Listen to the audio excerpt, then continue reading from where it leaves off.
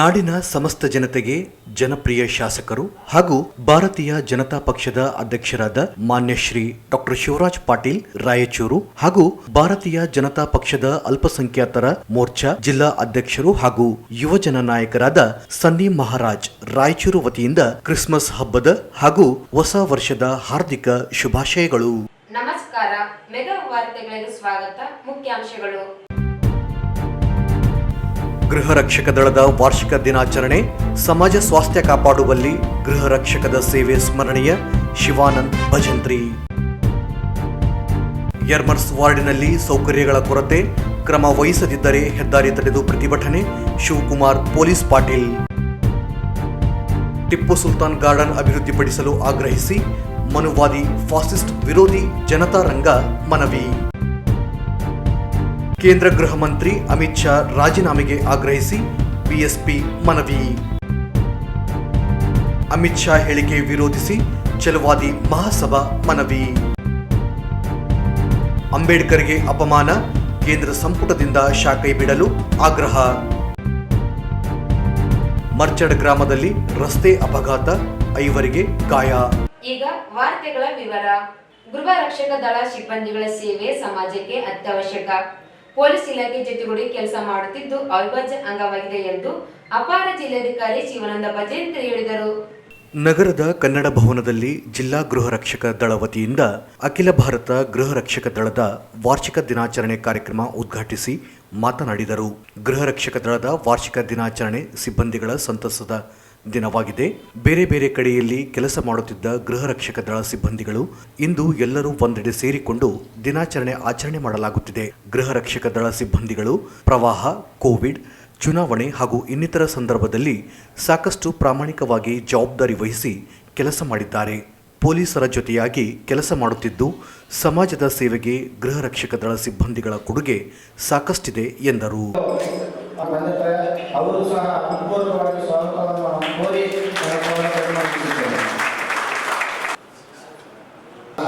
ಮಾನ್ಯರು ಸಹಕರಿಸಬೇಕು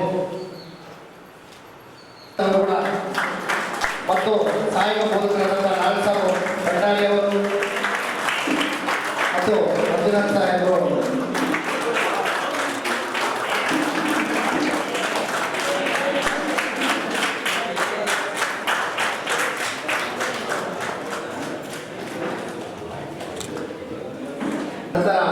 ನಮ್ಮ ಈ ಗೃಹ ರಕ್ಷಕ ದಳದ ಪ್ರಮಾಣ ವಚನ ಸ್ವೀಕಾರವನ್ನು ಸೀನಿಯರ್ ಕಾರ್ಡಿನಲ್ ಕಮಾಂಡರ್ ಮತ್ತು ರಾಷ್ಟ್ರಪತಿ ಪುತ್ರರಾದ ಇವರು ಬಂದು ನಡೆಸಿಕೊಡಬೇಕಾಗಿ ಸೇವೆಯನ್ನು ಚೆನ್ನಾಗಿ ಮತ್ತು ಶಾಂತಿ ಪಾಲನೆ, ಆಸ್ತಿಯ ಭದ್ರತೆ ಮತ್ತು ಸಾರ್ವಜನಿಕವಾಗಿ ನಿರ್ವಹಿಸಲಾಗಿ ಕಾನೂನಿನ ಅನುಸಾರವಾಗಿ ನನ್ನ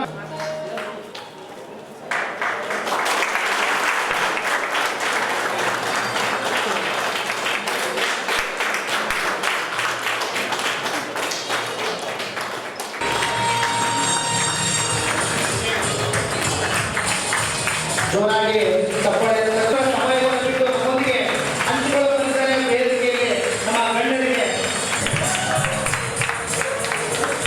ಆಗಿನಲ್ಲಿ ಇವರನ್ನು ಸಹ ಸನ್ಮಾನಿಸಬೇಕಾಗಿ ವಿನಂತಿಸಿಕೊಳ್ಳುತ್ತಿದ್ದೇನೆ. ಶ್ರೀ ಮಂಜುನಾಥ್ ದೇಸಾಯಿ ಎಲ್ಲಿದ್ದರೂ ವೇದಿಕೆಗೆ ಆಗಮಿಸಬೇಕು. ಕೆಲಸ ಮಾಡುವ ಎಲ್ಲ ಕಡೆಯೂ ಗೃಹ ರಕ್ಷಕರ ಜೊತೆ ಕೆಲಸ ಮಾಡಿದ್ದಾರೆ. ಅದು ಪ್ರಕೃತಿ ವಿಕೋಪ ಇರ್ಬೋದು, ಚುನಾವಣೆ ಇರ್ಬೋದು, ಅಥವಾ ಯಾವುದೇ ಒಂದು ಸಂಸ್ಥೆಗೆ ನಾವು ಗೃಹ ರಕ್ಷಕರು ಕೊಡಬೇಕಾದ್ರೂ ನಮ್ಮ ಜಿಲ್ಲಾಧಿಕಾರಿಗಳ ಮುಖಾಂತರ ಇವೆಲ್ಲ ಪ್ರಪೋಸಲ್ಸ್ ಸರ್ಕಾರಕ್ಕೆ ಹೋಗ್ತವೆ. ಸೊ ಹೀಗಾಗಿ ಅದು ಅಲ್ಲದೆ ನಮ್ಮ ಆಫೀಸಲ್ಲಿ ಕೂಡ 3 ಜನ ಗೃಹ ರಕ್ಷಕರು ತಾವಾಗ ನಮಗೆ ಸೆಕ್ಯೂರಿಟಿ ಕೊಡ್ತೇವೆ. ಈಗ ಹೊಸ ಆಫೀಸ್, ಹೊಸ DC ಆಫೀಸ್ ಕೊಡ್ತೇವೆ. ಅಲ್ಲಿ ಕೂಡ ತಾವಾಗ ನಮ್ಮ ಆಫೀಸ್ ರಕ್ಷಣೆ ಜವಾಬ್ದಾರಿ ತಗೊಳ್ತೀವಿ. ನಾನು ನೋಡಿ ಸಾಕಷ್ಟು 2009 ಫ್ಲಡ್, 2019, ಆಮೇಲೆ ಕೋವಿಡ್ ಇರ್ಬೋದು, ಹಲವಾರು ಒಂದು ಏನು ಎಮರ್ಜೆನ್ಸಿ ಅಂತೇಳಿ ಅಲ್ಲೆಲ್ಲ ಪೊಲೀಸರ ಜೊತೆಗೆ ಅವ್ರಿಗಿಂತ ಜಾಸ್ತಿ ಒಳ್ಳೆಯ ಕೆಲಸ ಮಾಡಿದವರು ನಾವು ನೋಡಿದ್ದೀವಿ. ಅವ್ರ ಜೊತೆ ಬೆಂಬಲ ಕೊಟ್ಟು ಎಲ್ಲ ಪರಿಸ್ಥಿತಿ ಒಳಗೆ, ಯಾಕಂದ್ರೆ ಸಾಕಷ್ಟು ಜನ ಪೊಲೀಸರು ಇರಲಿಲ್ಲ. ಸೊ ಅವ್ರ ಇದ್ರೊಳಗೆ ಜಾಗದಾಗ ತಾವು ಮಾಡ್ತೀರಿ. ನಮ್ಮ ಸೇವೆ ಈ ಸಮಾಜಕ್ಕೆ ಬಹಳ ಒಂದು ಅಮೂಲ್ಯವಾದ ಕೊಡುಗೆ ಅಂತ ಹೇಳ್ಬೋದು. ಯಾಕಂದ್ರೆ ಲಾ ಆ್ಯಂಡ್ ಆರ್ಡರ್ ಇರ್ಬೋದು, ಎಮರ್ಜೆನ್ಸಿ ಇರ್ಬೋದು, ಎಲ್ಲ ಪರಿಸ್ಥಿತಿಗಳೊಳಗೂ ನಾವು ಯಾವಾಗಲೂ ರೆಡಿ ಆಗಿರ್ತೀವಿ. ಅದು ಈಗಷ್ಟೇ ಅಲ್ಲ, ನೀವು ಲಾಸ್ಟ್ ಎಲ್ಲ ಎಲೆಕ್ಷನ್ ಮಧ್ಯಪ್ರದೇಶ ಇರ್ಬೋದು, ಮೊನ್ನೆನ ಎಲೆಕ್ಷನ್ ಅದು ಮಹಾರಾಷ್ಟ್ರ ಇರ್ಬೋದು, ಎಲ್ಲ ಕಡೆ ಹೋಗಿ ಚುನಾವಣೆಗೆ ಕೆಲಸಕ್ಕೆ ಹೋದ್ರಿ. ಸೊ ಎಲ್ಲ ರೀತಿಯಿಂದ ನೋಡಿದಾಗ ತಮ್ಮ ಸೇವೆ ಈ ಸಮಾಜಕ್ಕೆ ಅತ್ಯಮೂಲ್ಯವಾದ ಕೊಡುಗೆ ಅಂತ ಹೇಳಿ ನನ್ನ ಮಾತು ಮುಗಿಸ್ತೇನೆ. ಡಿಎಸ್ಪಿ ಸತ್ಯನಾರಾಯಣ ಮಾತನಾಡಿ, ಗೃಹ ರಕ್ಷಕ ದಳ ಸಿಬ್ಬಂದಿಗಳ ಸೇವಾ ಪೊಲೀಸ್ ಇಲಾಖೆ ಒಂದು ನಾಣ್ಯದ ಎರಡು ಮುಖಗಳಿದ್ದಂತೆ. ಪೊಲೀಸರ ಕೆಲಸ ಎಲ್ಲಿ ಇರುತ್ತೋ ಅಲ್ಲಿ ಗೃಹ ರಕ್ಷಕ ದಳ ಸಿಬ್ಬಂದಿಗಳು ಇರಬೇಕು. ಎರಡು ಇಲಾಖೆ ಅವಿನಾಭಾವ ಸಂಬಂಧವಿದೆ ಎಂದರು. ಚುನಾವಣೆ ಬಂದೋಬಸ್ತಿಗಾಗಿ ವಿವಿಧ ರಾಜ್ಯಗಳಲ್ಲಿ ಕೆಲಸ ಮಾಡಿದ್ದೀರಿ. ಗೃಹ ರಕ್ಷಕ ದಳ ಸಿಬ್ಬಂದಿಗಳು ನಂಬಿಕೆಗೆ ಅರ್ಹರು, ಜವಾಬ್ದಾರಿ ವಹಿಸಿ ಕೆಲಸ ಮಾಡುತ್ತಾರೆ. ಆದರೆ ಇತ್ತೀಚಿನ ದಿನಗಳಲ್ಲಿ ಪ್ರಾಮಾಣಿಕತೆ, ನಿಷ್ಠೆ ಕಡಿಮೆಯಾಗಿದೆ. ಇದು ಗೃಹ ರಕ್ಷಕ ದಳ ಸಿಬ್ಬಂದಿಗೆ ಶೋಭೆಯಲ್ಲ. ಇಷ್ಟವಿದ್ದರೆ ಕೆಲಸ ಮಾಡಿ, ಇಲ್ಲದಿದ್ದರೆ ಬಿಟ್ಟು ಹೋಗಿ. ಆದರೆ ಗೃಹ ರಕ್ಷಕ ದಳ ಸೇವೆಗೆ ಸಾಕಷ್ಟು ಮಹತ್ವವಿದೆ. ಅದನ್ನು ಕಾಪಾಡಿಕೊಂಡು ಹೋಗಬೇಕು. ವೃತ್ತಿ ಗೌರವ ಸೂಚಕವನ್ನು ತೋರುತ್ತದೆ. ಯಾವುದೇ ಕೆಲಸವಿದ್ದರೂ ಪ್ರಾಮಾಣಿಕವಾಗಿ ಕೆಲಸ ಮಾಡಿ ಉತ್ತಮವಾಗಿ ಕೆಲಸ ಮಾಡಿದವರಿಗೆ ಮುಖ್ಯಮಂತ್ರಿ, ರಾಷ್ಟ್ರಪತಿಗಳ ಚಿನ್ನದ ಪದಕ ನೀಡಿ ಗೌರವಿಸಿದೆ ಎಂದರು. ಬಂದೋಬಸ್ತ್ ಸಮಯದಲ್ಲಿ ನಿಗದಿತ ಸಮಯಕ್ಕೆ ಹಾಜರಾಗಿ ಜವಾಬ್ದಾರಿ, ಪ್ರಾಮಾಣಿಕತೆಯಿಂದ ಕೆಲಸ ಮಾಡಬೇಕು ಎಂದು ತಿಳಿಸಿದರು. ಈ ವೇಳೆ ಅತ್ಯುತ್ತಮ ಕೆಲಸ ಮಾಡಿದ್ದ ಗೃಹ ರಕ್ಷಕ ಅಧಿಕಾರಿ ಮತ್ತು ಸಿಬ್ಬಂದಿಗಳಿಗೆ ಸನ್ಮಾನಿಸಿ ಗೌರವಿಸಿದರು.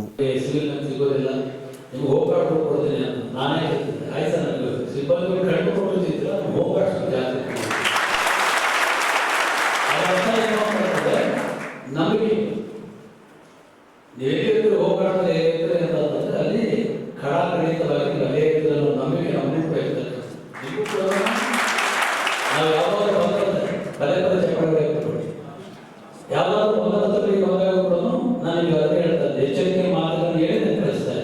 ಏನಂತ ಹೇಳಿ ನಮ್ಮದೇ ಮಾಡ್ತಾರ, ಅಲ್ಲಿ ಹೋಗ್ಬಾಡ್ಸಿಗೆ ನಮ್ಮ ಜೊತೆ ನಿಮಗೆ ಅಟ್ಯಾಚ್ ಮಾಡಿ ಕಟ್ಬಿಟ್ಟಿಗೆ ನಾವು ಹೋಗ್ಬಾಡ್ಸಿರ್ತಾರ ಅಂತ ಹೇಳಿ ನಮ್ಮ ಅಲ್ಲಿಂದ ಜಾಗ ನಾನು ಸ್ಪೆಸಿಫಿಕ್ ಆಗಿರ್ತದೆ. ಆ ಥರ ಏನಾದ್ರು ಆಗಿತ್ತು ಅಂತಂದರೆ ನೇರವಾಗಿ ನನ್ನ ಗಮನಕ್ಕೆ ತೆಗೆದುಕೊಂಡು ಬನ್ನಿ. ಬಟ್ ಇದೇ ಯಾರು ತಂದಿಲ್ಲ. ಯಾರು ತಂದಿಲ್ಲ ಅರ್ಥ ಏನು ಅಂತಂದ್ರೆ ಗೊತ್ತಾಗಿದೆ ನಮ್ಮ ಅಧಿಕಾರಿ, ನಮ್ಮ ಸಿಬ್ಬಂದಿಗಳು ಕೂಡ ಇಲ್ಲ, ನಾವು ಬಿಟ್ಟು ಹೋದ್ರೆ ಹೋಗ್ಬಾಡ್ಸ ಡೈರೆಕ್ಟ್ ಆಗಿ ಅಧಿಕಾರಿಗಳಿಗೆ ತಿಳಿಸ್ತಾರ, ಪನಿಷ್ಮೆಂಟ್ ಆಗ್ತದೆ ಅಂತ ಕಾರಣ. ಅಂದ್ರೆ ಅದರ ಅರ್ಥ ಏನಂದ್ರೆ ಜವಾಬ್ದಾರಿ ಎಲ್ಲದಕ್ಕೂ ಇರ್ತಕ್ಕಂಥದ್ದು. ಬರೀ ಪೊಲೀಸ್ ಇಲಾಖೆ ಜವಾಬ್ದಾರಿ ಇರ್ತದೆ. ನಮಗೆ ನಿಮಗೆ ಏನು ವ್ಯತ್ಯಾಸ ಇದೆ? ವ್ಯತ್ಯಾಸ ಏನಿಲ್ಲ. ನಾವು ಕಾಗಿ ಬಿಟ್ಟಿರ್ತೀವಿ, ನೀವು ಕಾಗಿ ಬಿಟ್ಟಿರ್ತೀವಿ. ನಾವು ಸಾರ್ವಜನಿಕರ ರಕ್ಷಣೆ ನಾವು ಬಿಟ್ಟಿರ್ತಕ್ಕಂಥದ್ದು. ಅದೇ ರೀತಿ ನೀವು ಕೂಡ ಸಾರ್ವಜನಿಕರ ಆಸ್ತಿ ಮತ್ತು ರಕ್ಷಣೆಗಳು ಕೂಡ ಈಗೆಲ್ಲ ನೀವು ಓದ್ ತಗೊಂಡಿಲ್ಲ, ಅದರಲ್ಲಿ ಏನು ವ್ಯತ್ಯಾಸ ಇಲ್ಲ. ನಾವೇನು ಓದ್ ತಗೊಂಡ್ಬಿಟ್ಟು ಅದನ್ನ ನೀವು ತಗೊಂಡ್ಬಿಟ್ಟು, ಬಟ್ ಎಷ್ಟು ಶಿಸ್ತುಬದ್ಧವಾಗಿ ಕೆಲಸ ಮಾಡ್ತಕ್ಕಂಥದ್ದು. ಈ ಸಂದರ್ಭದಲ್ಲಿ ಜಿಲ್ಲಾ ಗೃಹ ರಕ್ಷಕ ದಳದ ಮಹಾದೇಷ್ಟ ಜಮ್ಮಣ್ಣ, ನಿವೃತ್ತ ಕಮಾಂಡರ್ ರಾಮೋಜಿ, ಪ್ರಾದೇಶಿಕ ಸಾರಿಗೆ ಅಧಿಕಾರಿ ಸೇರಿದಂತೆ ಗೃಹ ರಕ್ಷಕ ದಳ ಸಿಬ್ಬಂದಿಗಳು ಇದ್ದರು. ನಗರಸಭೆ ವ್ಯಾಪ್ತಿಗೆ ಬರುವ ವಾರ್ಡ್ ನಂಬರ್ 33 ಯರಮರಸ್ ಗ್ರಾಮ ಮೂಲಭೂತ ಸೌಕರ್ಯಗಳಿಂದ ವಂಚಿತಗೊಂಡಿದ್ದು, ಕುಡಿಯುವ ನೀರು, ಶೌಚಾಲಯ, ಬೀದಿ ದೀಪಗಳಿಲ್ಲದೆ ಜನರು ನಿತ್ಯ ಸಂಕಷ್ಟ ಪಡುವಂತಾಗಿದೆ. ಹಲವು ಗ್ರಾಮದ ಬೇಡಿಕೆಗಳು ಜಿಲ್ಲಾಡಳಿತ ನಗರಸಭೆಗೆ ಸಲ್ಲಿಸಲಾಗುತ್ತದೆ. ಯಾವುದೇ ಸ್ಪಂದನೆ ದೊರೆಯದೆ ಹೋದಲ್ಲಿ ರಾಷ್ಟ್ರೀಯ ಹೆದ್ದಾರಿ ಬಂದ್ ಮಾಡಿ ಪ್ರತಿಭಟನೆ ನಡೆಸುವುದಾಗಿ ಗ್ರಾಮಸ್ಥ ಶಿವಕುಮಾರ್ ಪೊಲೀಸ್ ಪಾಟೀಲ್ ಹೇಳಿದರು. ಅವರಿಂದು ಮಾಧ್ಯಮಗೋಷ್ಠಿ ಉದ್ದೇಶಿಸಿ ಮಾತನಾಡಿ, ನಗರಸಭೆಯಲ್ಲಿ ಅತಿ ಹೆಚ್ಚು ಆದಾಯ ಹೊಂದಿರುವ ವಾರ್ಡ್ ಆಗಿದ್ದರೂ ಕುಡಿಯುವ ನೀರು ಸೌಲಭ್ಯವಿಲ್ಲ. ವೈಯಕ್ತಿಕ ಶೌಚಾಲಯ ಹಾಗೂ ಸಾಮೂಹಿಕ ಶೌಚಾಲಯ ವ್ಯವಸ್ಥೆ ಜನಸಂಖ್ಯೆಗೆ ಅನುಗುಣವಾಗಿಲ್ಲ. ಒಳಚರಂಡಿ ಕಾಮಗಾರಿ ಅಪೂರ್ಣವಾಗಿ ನಿಂತಿದ್ದು ಇಂದಿಗೂ ಮನೆಗಳ ಚರಂಡಿ ಸಂಪರ್ಕವೇ ನೀಡಿಲ್ಲ. ತ್ಯಾಜ್ಯ ವಿಲೇವಾರಿಯೂ ನಡೆಯುತ್ತಿಲ್ಲ. ನಿವಾಸಿಗಳು ಸಾಂಕ್ರಾಮಿಕ ರೋಗ ಭೀತಿಗೆ ಗುರಿಯಂತಾಗಿದೆ. 1998ರಲ್ಲಿ ನಗರಸಭೆ ವ್ಯಾಪ್ತಿಗೆ ಸೇರ್ಪಡೆಯಾಗಿದ್ದರೂ ಕನಿಷ್ಠ ಮೂಲಭೂತ ಸೌಕರ್ಯ ಒದಗಿಸುವಲ್ಲಿ ನಗರಸಭೆ ವಿಫಲವಾಗಿದೆ. ಜಿಲ್ಲಾ ಹೆದ್ದಾರಿಯನ್ನು ರಾಜ್ಯ ಹೆದ್ದಾರಿ, ರಾಷ್ಟ್ರೀಯ ಹೆದ್ದಾರಿಯಾಗಿ ಮೇಲ್ದರ್ಜೆಗೆ ಏರಿಸಲಾಗಿದೆ.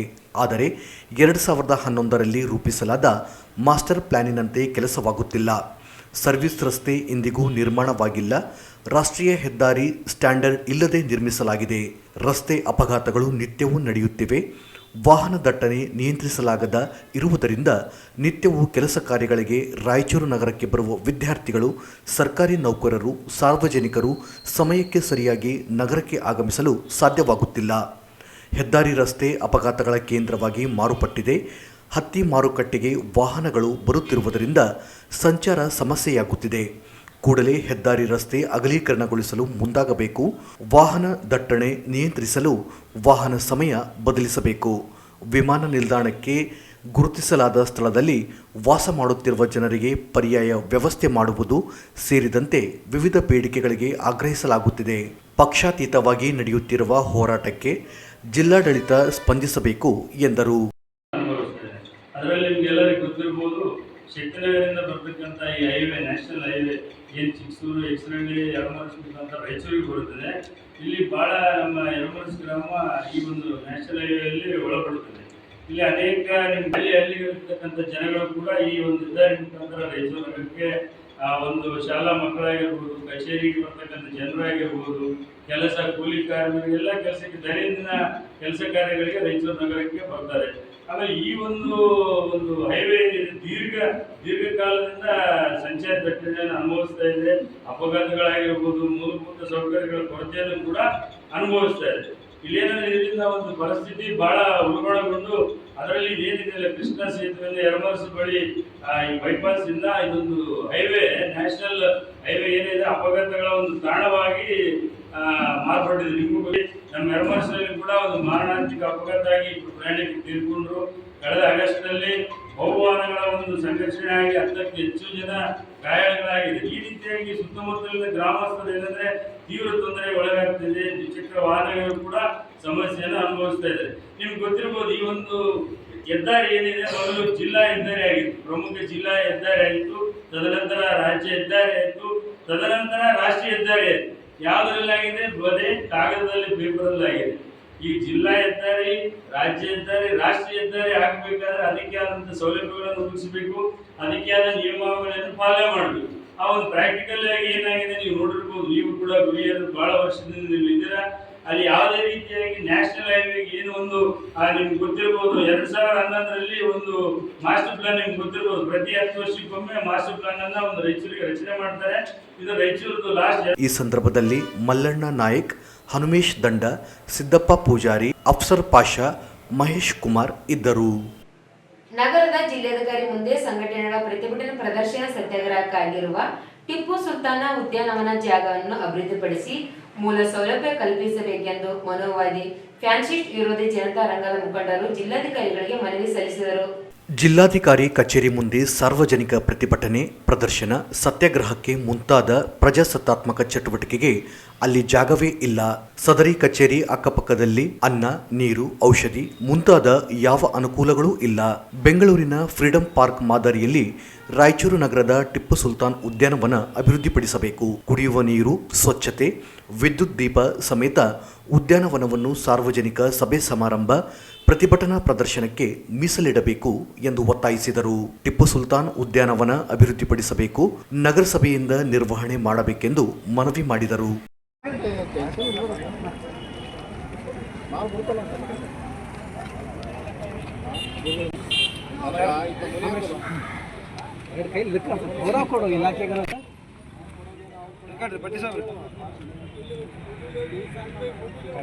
ಓಕೆ, ಸುಮಾರು ಅಂತಂದ್ರೆ ಒಂದು 100ಕ್ಕೂ ಹೆಚ್ಚು ಸಂಘಟನೆಗಳು, ಪಾರ್ಟಿಗಳು ರಾಯಚೂರಿನಲ್ಲಿದೆ. ಆಮೇಲೆ ಹೋರಾಟ ಮಾಡಲಿಕ್ಕೆ ಹೋರಾಟಗಾರರಿಗೆ ಕಾನ್ಸ್ಟಿಟ್ಯೂಷನಲ್ ರೈಟ್ಸ್, ಹೋರಾಟ ಮಾಡುವ ಹಕ್ಕು ಜನರಿಗಿದೆ, ಹೋರಾಟಗಾರರಿಗಿದೆ.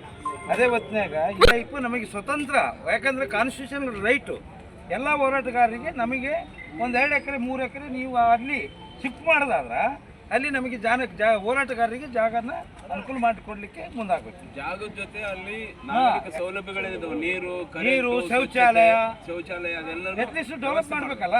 ಈಗ ಸುಮಾರು ಒಂದೊಂದು ಕೋಟಿ ರೂಪಾಯಿ ನೀರಿನಾಗ ಹಾಕಿ ಬಿಲ್ ಹಾಕ್ತಾರೆ, ಹೌದಲ್ವಾ? ಹೋರಾಟಗಾರರಿಗೆ ಅದು ಮಾಡಲಿಕ್ಕೆ ನೀವೆಲ್ಲರೂ ಜಿಲ್ಲಾಡಳಿತ ಮುಂದಾಗಬೇಕು. ಈ ಸಂದರ್ಭದಲ್ಲಿ ಪ್ರಗತಿಪರ ಪಕ್ಷಗಳು ಮತ್ತು ಸಂಘಟನೆಗಳ ಮುಖಂಡರುಗಳಾದ ಜಿ ಅಮರೇಶ್, ಮಾರೆಪ್ಪ ಹರವಿ, ಸಮದ್ ಪಾಷಾ, ಆಂಜನೇಯ ಕುರುಬದೊಡ್ಡಿ, ಲಕ್ಷ್ಮಣ್ ಮಂಡಲಗಿರ, ವಿಶ್ವನಾಥ್ ಪಟ್ಟಿ, ಎಂಆರ್ ಬೇರಿ ಸೇರಿದಂತೆ ಅನೇಕರು ಭಾಗವಹಿಸಿದ್ದರು. ಸಂವಿಧಾನ ಶಿಲ್ಪಿ ಡಾಕ್ಟರ್ ಬಿಆರ್ ಅಂಬೇಡ್ಕರ್ ಅವರಿಗೆ ಅವಮಾನಿಸಿದ ಕೇಂದ್ರ ಸಚಿವ ಅಮಿತ್ ಶಾ ಅವರನ್ನು ಸಚಿವ ಸ್ಥಾನದಿಂದ ವಜಾಗೊಳಿಸಬೇಕೆಂದು ಒತ್ತಾಯಿಸಿ ಬಹುಜನ ಸಮಾಜ ಪಾರ್ಟಿ ನೇತೃತ್ವದಲ್ಲಿ ಡಿಸಿ ಕಚೇರಿ ಮುಂದೆ ಪ್ರತಿಭಟನೆ ನಡೆಸಲಾಯಿತು. ಸಂಸತ್ ಅಧಿವೇಶನದಲ್ಲಿ ಕೇಂದ್ರ ಗೃಹ ಸಚಿವ ಅಮಿತ್ ಶಾ ಅವರು ಸಂವಿಧಾನ ಶಿಲ್ಪಿ ಡಾಕ್ಟರ್ ಬಿಆರ್ ಅಂಬೇಡ್ಕರ್ ಹೆಸರನ್ನು ಪದೇ ಪದೇ ಉಚ್ಚರಿಸುವ ಬದಲು ದೇವರನ್ನು ಸ್ಮರಿಸಿದರೆ 7 ಜನ್ಮಗಳ ಸ್ವರ್ಗ ದೊರೆಯುತ್ತಿತ್ತು ಎಂದು ಹೇಳಿ ಅವಮಾನ ಮಾಡಿದ್ದಾರೆ. ದೇಶದ ಬಹುಸಂಖ್ಯಾತ ಎಸ್ಸಿ, ಎಸ್ಟಿ, ಒಬಿಸಿ ಮತ್ತು ಧಾರ್ಮಿಕ ಅಲ್ಪಸಂಖ್ಯಾತರಿಗೆ ವಿದ್ಯೆ, ಆಸ್ತಿ, ಅಧಿಕಾರವನ್ನು ನಿರಾಕರಿಸಿಕೊಂಡು ಬಂದ ಮನುವಾದಿ ಮೇಲ್ಜಾತಿಗೆ ಸೇರಿದ ಅಮಿತ್ ಶಾ ಮತ್ತು ಅವರ ಬಿಜೆಪಿ ಹಾಗೂ ಆರ್ಎಸ್ಎಸ್ನವರಿಗೆ ಸ್ವಾತಂತ್ರ್ಯ ಸಮಾನತೆಯ ಆಶಯಗಳನ್ನು ಎಂದೂ ಒಪ್ಪಿಕೊಂಡಿಲ್ಲ. ಹೀಗಾಗಿ ಯಾವ ಅವಕಾಶ ಸಿಕ್ಕಿದಾಗೆಲ್ಲ ಬಾಬಾ ಸಾಹೇಬರ ಸಂವಿಧಾನ ಮೀಸಲಾತಿ ಕುರಿತು ಕೇವಲವಾಗಿ ಅವಹೇಳನವಾಗಿ ಮಾತನಾಡುವುದು ರೂಢಿಯಾಗಿದೆ ಎಂದು ಆಪಾದಿಸಿದರು. ಮನುವಾದಿ ಮನುಸ್ಥಿತಿಯ ಕೇಂದ್ರ ಗೃಹ ಸಚಿವ ಅಮಿತ್ ಶಾ ಅವರು ಮಂತ್ರಿಯಾಗಿ ಮುಂದುವರಿಯಲು ಯಾವುದೇ ನೈತಿಕ ಹಕ್ಕು ಇಲ್ಲ, ಕೂಡಲೇ ಸಚಿವ ಸ್ಥಾನದಿಂದ ವಜಾಗೊಳಿಸಬೇಕೆಂದು ಒತ್ತಾಯಿಸಿದ ಮನವಿಯನ್ನು ಜಿಲ್ಲಾಧಿಕಾರಿಗಳ ಮೂಲಕ ರಾಷ್ಟ್ರಪತಿಗಳಿಗೆ ಸಲ್ಲಿಸಲಾಯಿತು.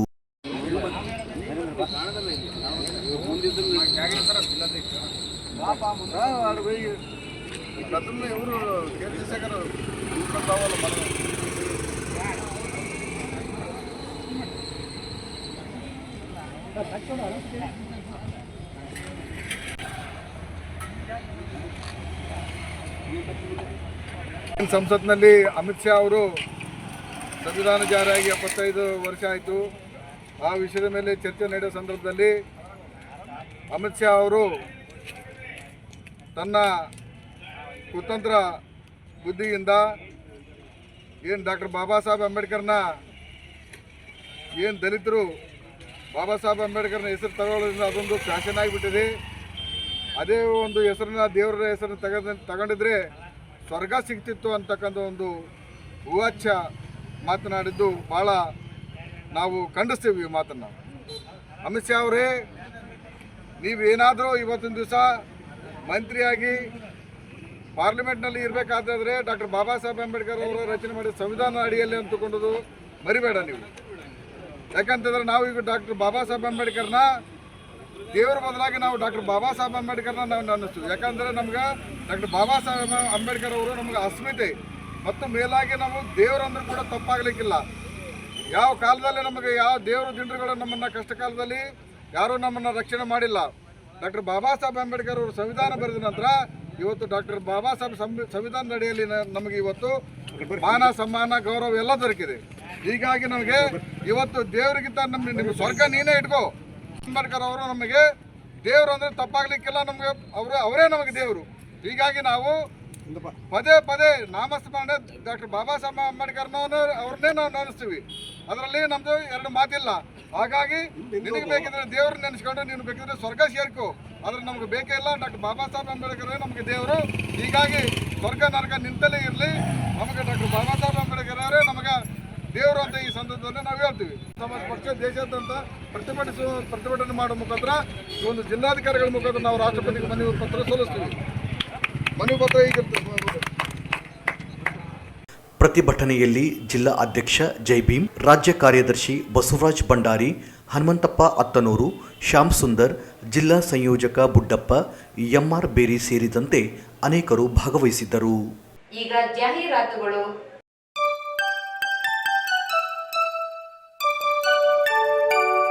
We wish you a Merry Christmas. We wish you a Merry Christmas. We wish you a Merry Christmas and a Happy New Year.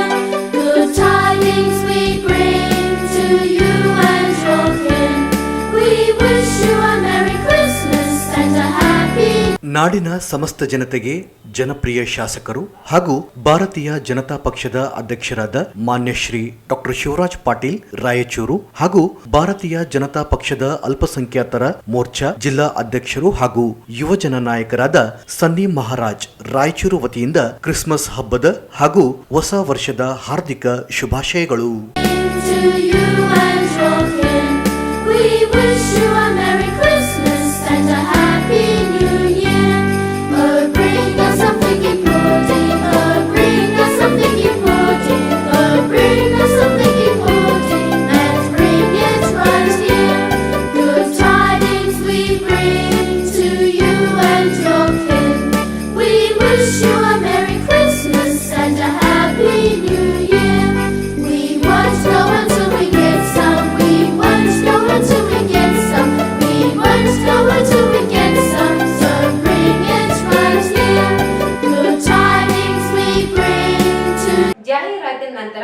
Mega ವಾರ್ತೆಗಳಿಗೆ ಸ್ವಾಗತ. ಸಂವಿಧಾನ ಶಿಲ್ಪಿ ಡಾಕ್ಟರ್ ಬಿ.ಆರ್. ಅಂಬೇಡ್ಕರ್ ಬಗ್ಗೆ ಅವಹೇಳನವಾಗಿ ಮಾತನಾಡಿರುವ ಕೇಂದ್ರ ಗೃಹ ಸಚಿವ ಅಮಿತ್ ಶಾ ಅವರನ್ನು ಸಚಿವ ಸ್ಥಾನದಿಂದ ವಜಾಗೊಳಿಸಬೇಕೆಂದು ಒತ್ತಾಯಿಸಿ ಛಲವಾದಿ ಮಹಾಸಭಾ ಮುಖಂಡರು ಜಿಲ್ಲಾಧಿಕಾರಿ ಮೂಲಕ ರಾಷ್ಟ್ರಪತಿಗಳಿಗೆ ಮನವಿ ಸಲ್ಲಿಸಿದರು. ರಾಜ್ಯಸಭೆಯಲ್ಲಿ ಕೇಂದ್ರ ಗೃಹ ಸಚಿವ ಅಮಿತ್ ಶಾ ಅವರು ಸಂವಿಧಾನದ ಮೇಲೆ ನಡೆಯುವ ಚರ್ಚೆಯಲ್ಲಿ ಮಾತನಾಡುವ ವೇಳೆ ಸಂವಿಧಾನ ಶಿಲ್ಪಿಗೆ ಅವಮಾನವಾಗುವ ರೀತಿಯಲ್ಲಿ ಹೇಳಿಕೆ ನೀಡಿರುವುದನ್ನು ಖಂಡಿಸಿದರು. ಅಮಿತ್ ಶಾ ಹೇಳಿಕೆಯಿಂದ ಬಹುಸಂಖ್ಯಾತ ಅಂಬೇಡ್ಕರ್ ಅಭಿಮಾನಿಗಳಿಗೆ ನೋವುಂಟಾಗಿದೆ. ಕೂಡಲೇ ದೇಶದ ಜನರ ಕ್ಷಮೆ ಯಾಚಿಸಬೇಕು ಮತ್ತು ಸಚಿವ ಸಂಪುಟದಿಂದ ವಜಾಗೊಳಿಸಬೇಕು ಎಂದು ಆಗ್ರಹಿಸಿದರು.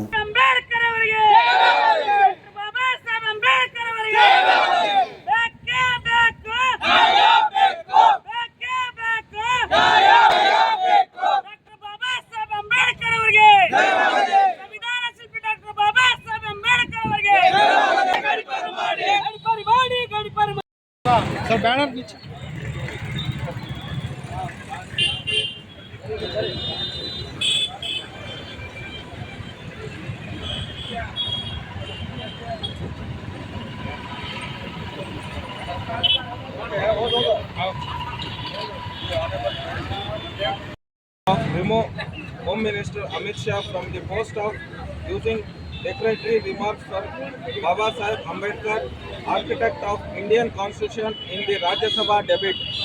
Dear sir, Home Minister of Government Amit Shah has deliberately used declaratory remarks to insult Dr. Baba Saheb Ambedkar, the chief architect of Indian Constitution.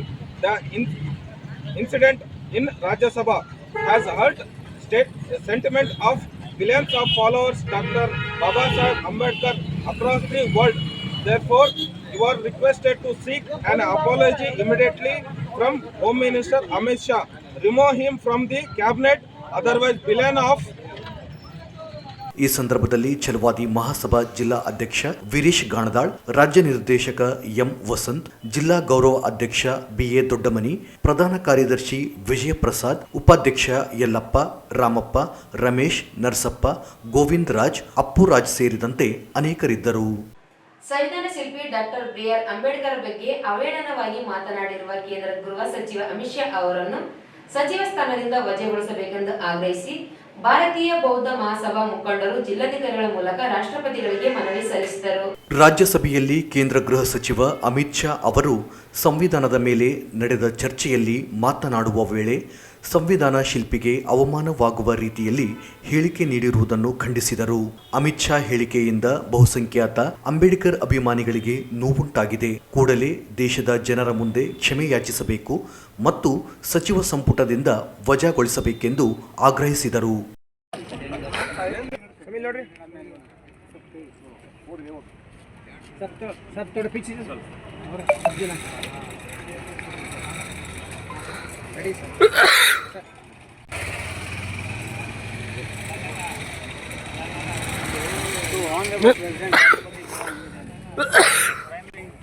Issue of regarding moving Home Minister Amit Shah from the post of using derogatory remarks of Baba Saheb Ambedkar, the architect of Indian Constitution, in the Rajya Sabha debate. Madam and sir, Home Minister of your government Amit Shah has deliberately used derogatory remarks to insult Dr. Baba Saheb Ambedkar, the chief architect of Indian Constitution. This incident in Rajya Sabha has hurt the sentiments of billions of followers of Dr. Baba Saheb Ambedkar across the world. Therefore, you are requested to seek an apology immediately from Home Minister Amit Shah and remove him from. ಈ ಸಂದರ್ಭದಲ್ಲಿ ಭಾರತೀಯ ಬೌದ್ಧ ಮಹಾಸಭಾ ಜಿಲ್ಲಾಧ್ಯಕ್ಷ Vijaya Prasad, B A. Doddamani, M Vasanth, Veeresh Ganadal, Chandrashekhar, Nagaraj, Praveen Y, Sanna Eranna, Jai Bhim, Umesh, ಚನ್ನರಾಯುಡು, Arun, Rajashekhar, Umesh, Gautam, Uday Kiran ಸೇರಿದಂತೆ ಅನೇಕರಿದ್ದರು. Car ಮತ್ತು auto ನಡುವೆ ಡಿಕ್ಕಿ ಸಂಭವಿಸಿದ್ದು ಓರ್ವ ವ್ಯಕ್ತಿ ಮೃತಪಟ್ಟಿದ್ದು 6 ಜನರಿಗೆ ಗಂಭೀರ ಗಾಯಗಳಾಗಿರುವ ಘಟನೆ ನಡೆದಿದೆ. ಎಕ್ಲಾಸಪುರ ಸಮೀಪದ ಬೈಪಾಸ್ ರಾಜ್ಯ ಹೆದ್ದಾರಿ ಸಮೀಪ ಸೋಮವಾರ ಸಂಜೆ ಘಟನೆ ಸಂಭವಿಸಿದೆ. ಘಟನೆಯಲ್ಲಿ ಓರ್ವ ವ್ಯಕ್ತಿ ಆಸ್ಪತ್ರೆಯಲ್ಲಿ ಚಿಕಿತ್ಸೆ ಫಲಕಾರಿಯಾಗದೆ ಮೃತಪಟ್ಟಿದ್ದಾರೆ. ಮೃತಪಟ್ಟಿರುವ ವ್ಯಕ್ತಿ ಮಧುಸೂದನ್, 40 ವಯಸ್ಸು, ಹೊಸಪೇಟೆ ಗ್ರಾಮದ ನಿವಾಸಿ ಎಂದು ತಿಳಿದು ಬಂದಿದೆ. ಅಪಘಾತದಲ್ಲಿ ಬೀರಲಿಂಗಪ್ಪ, 58 ವಯಸ್ಸು, ಅವರ ಕಾಲು ಮುರಿದು ಹೋಗಿದೆ. ಗಂಭೀರವಾಗಿ ಗಾಯಗೊಂಡವರು ನಾಗಮ್ಮ ವಯಸ್ಸು 30, ಬಸಮ್ಮ ವಯಸ್ಸು 57, ಉಮಾದೇವಿ ವಯಸ್ಸು 30, ಸುರೇಶ್ ವಯಸ್ಸು 40 ರಿಮ್ಸ್ ಆಸ್ಪತ್ರೆಯಲ್ಲಿ ಚಿಕಿತ್ಸೆ ಪಡೆಯುತ್ತಿದ್ದಾರೆ. ಮರ್ಚಡ್ ಗ್ರಾಮದಿಂದ ರಾಯಚೂರಿಗೆ ಬರುತ್ತಿದ್ದ ಆಟೋಗೆ ಅತಿ ವೇಗದಿಂದ ಬಂದ ಕಾರು ಚಾಲಕನ ನಿರ್ಲಕ್ಷ್ಯದಿಂದ ಅಪಘಾತ ಸಂಭವಿಸಿದೆ. ಅಪಘಾತದಲ್ಲಿ ತೀವ್ರವಾಗಿ ವ್ಯಕ್ತಿ ಮಧುಸೂದನ್ ಗಂಭೀರವಾಗಿ ಚಿಕಿತ್ಸೆ ಫಲಿಸದೆ ಆಸ್ಪತ್ರೆಯಲ್ಲಿ ಮೃತಪಟ್ಟಿದ್ದಾನೆ. ಗಾಯಾಳುಗಳು ರಿಮ್ಸ್ ಆಸ್ಪತ್ರೆಯಲ್ಲಿ ಚಿಕಿತ್ಸೆ ಪಡೆಯುತ್ತಿದ್ದಾರೆ. ಈ ಕುರಿತು ಗ್ರಾಮೀಣ ಪೊಲೀಸ್ ಠಾಣೆಯಲ್ಲಿ ಪ್ರಕರಣ ದಾಖಲಾಗಿದೆ. ಕೊನೆಯಲ್ಲಿ ಮತ್ತೊಮ್ಮೆ ಮುಖ್ಯಾಂಶಗಳು. ಗೃಹ ರಕ್ಷಕ ದಳದ ವಾರ್ಷಿಕ ದಿನಾಚರಣೆ. ಸಮಾಜ ಸ್ವಾಸ್ಥ್ಯ ಕಾಪಾಡುವಲ್ಲಿ ಗೃಹ ರಕ್ಷಕದ ಸೇವೆ ಸ್ಮರಣೀಯ. ಶಿವಾನಂದ್ ಭಜಂತ್ರಿ. ಯರ್ಮರ್ಸ್ ವಾರ್ಡಿನಲ್ಲಿ ಸೌಕರ್ಯಗಳ ಕೊರತೆ, ಕ್ರಮ ವಹಿಸದಿದ್ದರೆ ಹೆದ್ದಾರಿ ತಡೆದು ಪ್ರತಿಭಟನೆ. ಶಿವಕುಮಾರ್ ಪೊಲೀಸ್ ಪಾಟೀಲ್. ಟಿಪ್ಪು ಸುಲ್ತಾನ್ ಗಾರ್ಡನ್ ಅಭಿವೃದ್ಧಿಪಡಿಸಲು ಆಗ್ರಹಿಸಿ ಮನುವಾದಿ ಫಾಸಿಸ್ಟ್ ವಿರೋಧಿ ಜನತಾ ರಂಗ ಮನವಿ. ಕೇಂದ್ರ ಗೃಹ ಮಂತ್ರಿ ಅಮಿತ್ ಶಾ ರಾಜೀನಾಮೆಗೆ ಆಗ್ರಹಿಸಿ ಬಿಎಸ್ಪಿ ಮನವಿ. ಅಮಿತ್ ಶಾ ಹೇಳಿಕೆ ವಿರೋಧಿಸಿ ಛಲವಾದಿ ಮಹಾಸಭಾ ಮನವಿ. ಅಂಬೇಡ್ಕರ್ಗೆ ಅಪಮಾನ, ಕೇಂದ್ರ ಸಂಪುಟದಿಂದ ಶಾ ಕೈ ಬಿಡಲು ಆಗ್ರಹ. ಮರ್ಚಡ್ ಗ್ರಾಮದಲ್ಲಿ ರಸ್ತೆ ಅಪಘಾತ, 5 ಗಾಯ. ಇಲ್ಲಿಗೆ ಮೆಗಾ ವಾರ್ತೆಗಳು ಮುಕ್ತಾಯವಾದವು. ಮುಂದಿನ ಮೆಗಾ ವಾರ್ತೆಗಳೊಂದಿಗೆ ಪುನಃ ಭೇಟಿಯಾಗೋಣ. ವಂದನೆಗಳು.